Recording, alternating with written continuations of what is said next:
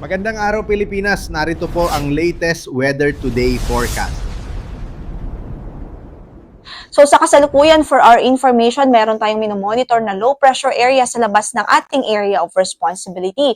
Huling nakita yan sa layong 2,905 kilometers silangan ng southeastern Mindanao.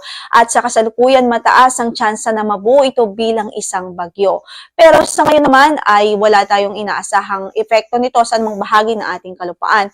At least in the next 2 to 3 days, wala tayong inaasahan na magiging epekto nito sa anumang bahagi ng ating landmass. Pero dahil mataas pa ang uncertainty nitong weather system, ay ating advice na lang sa ating mga kababayan patuloy na mag-monitor sa update sa magiging progress po nitong weather system east of the Philippine Area of Responsibility. Wala tayong bagyo o low pressure area na minomonitor ngayon sa loob ng ating area of responsibility. Mahinang habagat ang nakakaapekto ngayon sa dulong Hilagang Luzon at hindi naman yan nagdudulot ngayon ng widespread o malawakang pagbuhos ng ulan. Pero ang ating advice sa ating mga kababayan, saan man ang lakad sa araw na ito, huwag pa rin kalimutang magdala ng mga pananggalang sa ulan dahil very possible pa rin ng mga thunderstorms o pagkidlat, pagkulog, lalong-lalo na po sa hapon at gabi. Sa pagtaya ng ating panahon, sahan pa rin natin ang bahagyang maulap hanggang sa maulap na papawirin sa buong maghapon at may taas ang tsansa ng mga thunderstorms, especially sa hapon at gabi. Sa Metro Manila, para po sa ating temperatura, 25 to 33 ang inaasahang magiging agwat. Samantala sa Baguio City ay 17 to 25 degrees Celsius, 26 hanggang sa 32 sa Lawag City, sa Tuguegarao naman ay 27 hanggang sa 38 degrees Celsius, sa Tagaytay ay 22 hanggang sa 31 at 25 hanggang sa 34 sa Legazpi City. Samantala sa Visayas at Mindanao, wala rin tayong inasahang malawakang pagulan liban sa mga localized thunderstorms or yung mga pagkidlat, pagkulog, lalong-lalo na po sa hapon at gabi.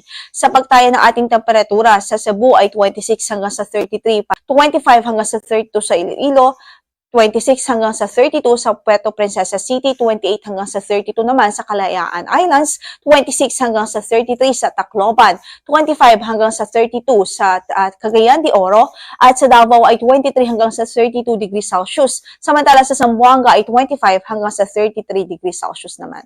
Samantala, wala po tayong gale warning ngayon na nakataas sa anumang bahagi na ating mga baybaying dagat. Banayad hanggang sa katamtaman ang magiging pag-alon ng ating karagatan sa buong kapuluan.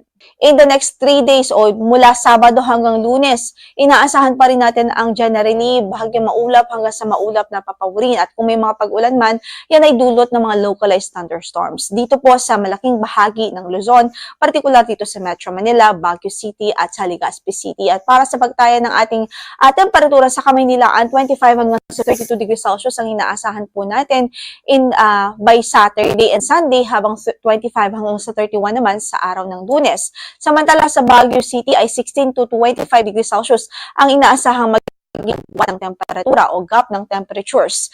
Sa Legazpi City ay 25 hanggang sa 32 degrees Celsius naman po ang inaasahang magiging agwat ng temperatura.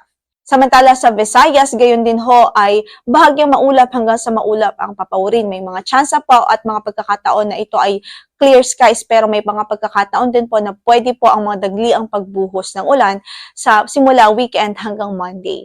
So sa Metro Cebu, 26 hanggang sa 32 ang inaasahang magiging agwat ng temperatura. Sa Iloilo ay 24 hanggang sa 32, habang sa Tacloban ay 25 hanggang sa 33 degrees Celsius. Samantala sa Metro Davao, Cagayan de Oro at Zamboanga City ay generally fair weather naman liban sa mga localized thunderstorms pa rin. So again, patuloy nating paalala, meron pa rin pong tsansa ng mga localized thunderstorms at any time of the day po yan dito sa Mindanao. So sa ating pong advice, patuloy po rin po tayong mag-ingat sa mga banta ng mga biglaan or mga localized na pagbaha. Sa Metro Davao, 24 hanggang sa 32 degrees Celsius ang inaasahang magiging agwat ng temperatura. Sa Cagayan de Oro ay 24 hanggang sa 33 degrees Celsius. Sa Zamboanga City naman ay 26 hanggang sa 33 degrees Celsius.